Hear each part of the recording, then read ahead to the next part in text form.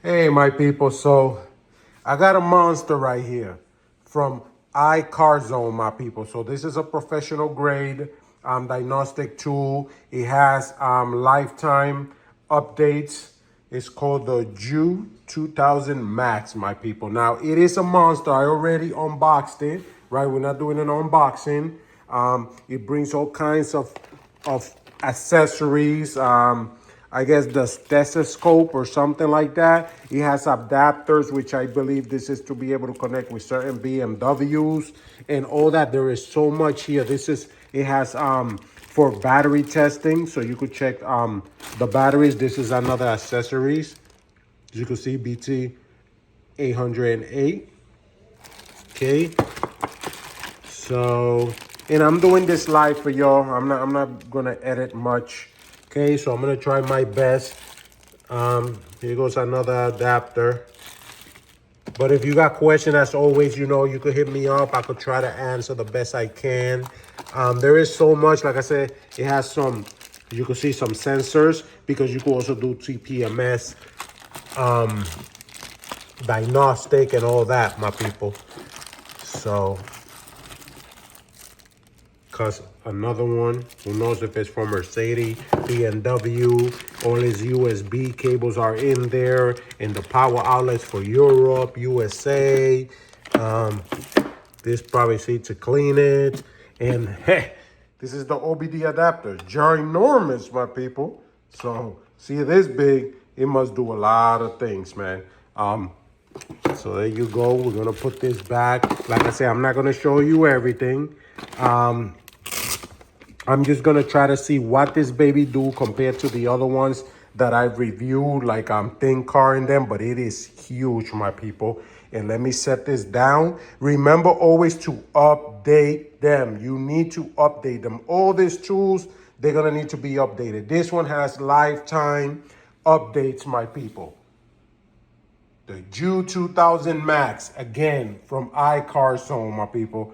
Pause your screen and you can look through everything. You can read it yourself, do some of that research, right? You see all the gadgets that it brings right here. This is the VCI, TPMS sensor, so it brings four, the Videoscope, and the battery tester, my people. I know a lot of you are gonna wanna see how it turns on. Hi, everybody, so let's turn it on for you real quick before I start the update.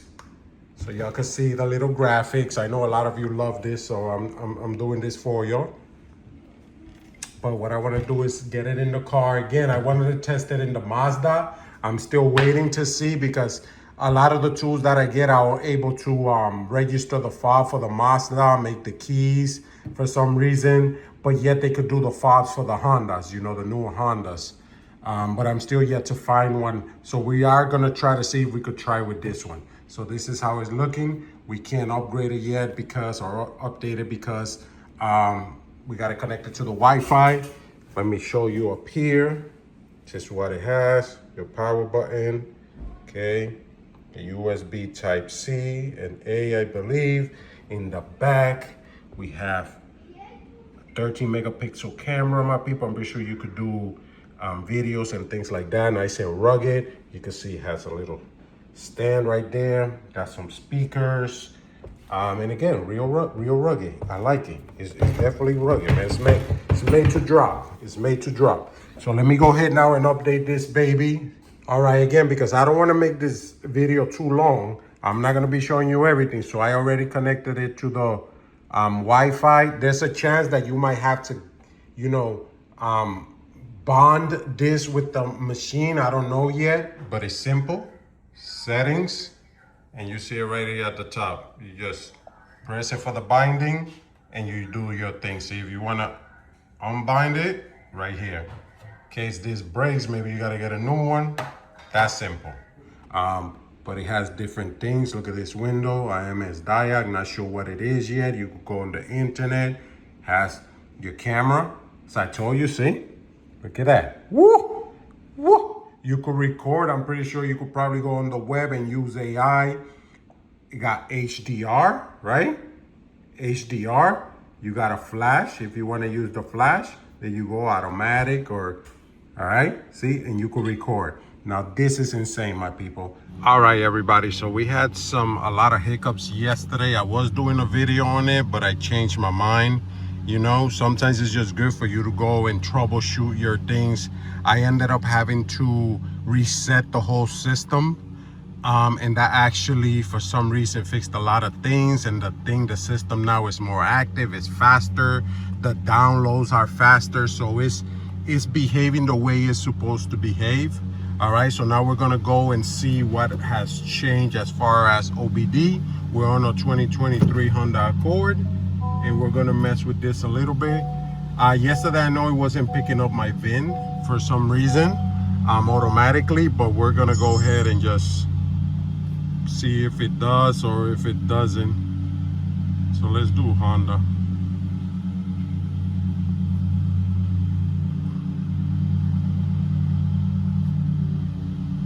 I don't know why it's...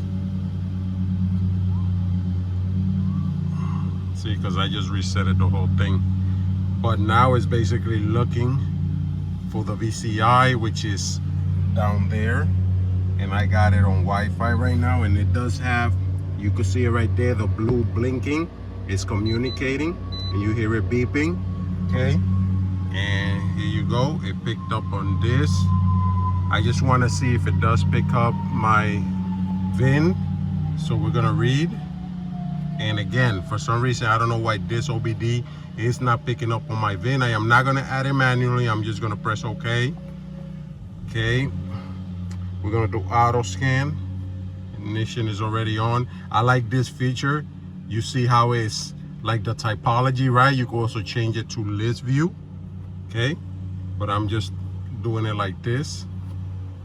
And you're gonna fault scan, and then see, you hear it clicking. It's clicking, and this is showing like what unit is working on, which I like for those of you who like the topology. So we're gonna let this run, and then we're gonna go from there. We're gonna see if it's still doing the thing where it is not able to register fob keys for this car, because other scanners were able to register and they were just OBD scanners. So that was one thing I was a little bit sad about, but we're gonna try it today after the reset and see if it's actually working. Now remember, this picks up on a lot of cars, so maybe it picks up on more BMWs than Hondas. It's all depending, you know. All right, so it went through all the modules. All right, and I just pressed the report. It's giving me one fault, but that is because the car is not fully on, so it's not engaging with the sensors, the parking sensors. But it goes through all your systems here that your car actually has. And again, I'm still trying to figure out if this does any test with the fobs. Again, typology for y'all. That's what I'm trying to find out for y'all, man. If I could, let me see if we're able to register a key fob. Now this thing does do a lot of different things. We're gonna test some of the accessories, but it doesn't do actuation, motor information. See if it reads it today. Yup, it got it. But I wish that I was able to actually, and all this internal things, they do work. You know, like if you press the no car indication, okay, and press OK, hopefully y'all can see. And as you can see, it does test, make sure that all those lights are working. So it has a lot of different functions that you could test through here, and it'll show it on the screen. That way you know if maybe one of the modules is not communicating or working properly. But what I'm was trying to do, like I said, was trying to see if we could register fob keys, because some of the other OBDs, they do it. This one, it seems that it doesn't work on my 23 Honda Accord, my people. So yeah, but like I said, it does probably a lot of other things. But this is, again, so you could check, you can see everything that it does, and it's attenuation test. Do not have key indication. If I press that too, it'll show something there on the cluster. All right, so let's go back. Sorry about the noise.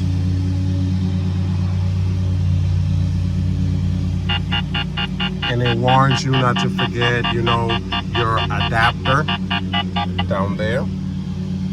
Okay, so let's go try to work on the asset. So let's see the battery tester, how good it works. Then we're gonna just mess with this and test the TPMS also, my people. Now the good thing with this is that it shows you like what to do, because I found that weird that, you know, it's just you're shorting the battery, but this tells you. So we're gonna try that, which is weird because it's like creating a short, right?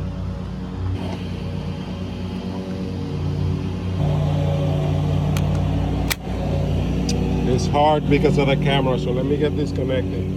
So it is a bit noisy here, but we're gonna do a battery test. Let's see what it's gonna tell me. Don't know if it automatically connects, but so it's telling me this, but we know my car, you know, I haven't turned it on at all. So now it connected, so it's reaching. It's a car. All right, so we got that it's a regular flooded. So let's see what the trick question. So I think it's a SAE.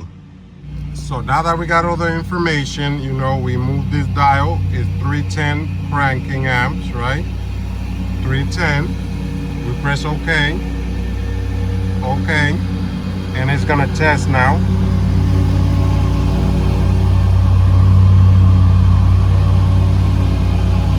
So it needs charging because I've been working on the battery a lot, right? So it's a little bit low. All right, so you see it tested it. Now we're gonna go to the cranking. Click OK. And then start the engine. Here we go. And as you know, this is a hybrid car, so the engine didn't start, right? But it's good, it's normal. Because it says, see, the engine didn't even start because it's hybrid. It doesn't need to be on, okay? But it's saying that the test is okay. So we're doing good so far, okay? Now it says charging test. Okay, and then I gotta make sure that the engine is running. So on a hybrid, you need to place it on charge. So here we go, so the engine will turn on. There we go. Okay, now we're gonna, headlights should be off, air conditioner is off.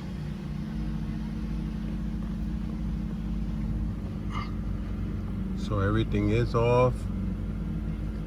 So you know what sucks about this hybrid car? That I cannot accelerate it even if I try. Look, it won't accelerate. So we'll see how this test goes. This is a hybrid. Okay.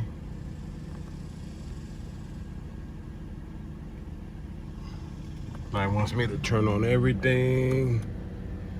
Okay, air conditioner to max. But the engine keeps shutting off because it's a hybrid. See? So I guess this is a smart system. It's picking up. The battery is 14, which is excellent. So it is charging and everything. Again, this is a hybrid vehicle. All right, so right now we're gonna test the Videoscope. And here is the code for that and the model. Because remember, this is the JU2000 Max, so it brings all this. But you could just buy the scanner standalone by itself, which is the JU2000, but it won't bring all these accessories and all that. Okay, so we're connecting it, as you can see. And you see this is the camera. You're able to move this around, but I'm gonna leave it like this for now. And we're gonna go into the Videoscope. We're gonna do Videoscope. And okay. So you see it's dark because it has something covering it, which is good to protect the lens. So let's try to take that out. And I'm just gonna let you enjoy the video there. Okay. And this, of course, you could put it like to check the valves or something like that. I would really like, let me move you over. We're gonna test it inside of the air conditioner duct. Let's see what it does. All right, so I'm just showing you a little bit right there. You can record. I'm just inside of my duct, and I'm sorry, I'm having a hard time. It's kind of hard to, you can see the side of the ducts. And you can increase the light intensity. So you see how dark it got? Put the light all the way down. I can also increase it all the way. And you'll be able to see the cylinder head and things like that. But this goes deep, so I'm going very deep. It's just hard to maneuver because you know it's dark in there. This is the walls, and you can see pretty clear. Look at the walls, okay? Look at the other wall. Okay, let me bring it back a little. Look at the wall right here, my goodness. This needs to be cleaned. Look at that. Oh snap, we found gold. And also you are able to record or take pictures. See how it saves something there? So you are able to take pictures also, okay? And it does come with a light, my people. So you can see it does have an LED light, see? And I could, see? Turn it off or turn it on. Next, we're gonna try to see a little bit with the TPMS and see how we make this video kind of shorter. All right, my people, so we gonna do it from the beginning real quick. We're running out of time. I don't think you can see it, but we're gonna pick, we go on the TPMS, right? Unfortunately, this is not where you could just come and read it. You have to choose a vehicle. It's not just a standalone TPMS. I do have a TPMS, will read anything. You don't need to pick a vehicle, it just reads it. This, unfortunately, is not like that. So we need to input the vehicle. It's a Toyota. And model, right? We know it's a Highlander. So it's a Highlander. And then we're gonna OE scan so we could scan this. The sensor, so it's scanning right now, and it'll tell you if we read anything that's successful. I'm keeping this one away because I don't want it to read it. I already cloned this one. So it picked up on this already. So I don't know why it needs to continue to scan if I already picked that one. Like I said, down here, it says that it found one. Sorry for the glare. So it found one right there, which is the one probably that I need. But we're gonna let it finish its function. Like I said, you know, it does take a while. I guess that's how it is. We're gonna let it finish. All right, so we see it picked up on a sensor there, right? It's 315 megahertz. I'm gonna press it, okay? And then here is where I could read the information. I could activate a program sensor. I could automatically relearn. You could do a couple of things. So we're gonna move over here. We're gonna do activate program sensor. Okay, we're gonna see. So you see, it picked up this sensor. This is the one I already cloned from that one. I actually wrote this already. See? This is one of the sensors that come with the JU2000 Max. It does come with it. I recorded, I cloned it basically, and I put the information of the sensor on the Highlander into this. So this is good for that. It does work for the TPMS. The only thing, like I tell you, is not a standalone, so you can't just go and read any sensor. You have to input a vehicle. And that's what I wish that they will add, where you could just go read any sensor without inputting a vehicle, just to let you read the sensor. That would be a nice touch to it. But yeah, my people, I showed you some of the accessories. Like I said, I'll leave a link of a video that they have on their YouTube channel, so you can maybe read up and learn more about the sensor. So I do like it, but I feel that this should do much more than what it does. Like I said, my Honda Accord doesn't have too many things. You can't program the fob, register, and nothing like that. But I'm sure you could do a lot of things on BMWs and old Mercedes. I don't think you might be able to do it on the newer ones. So probably this will be good for those type of cars. But as far as registering fob keys, for my Accord, it doesn't work, all right? So I hope you enjoyed it, my people. Check you out until next time.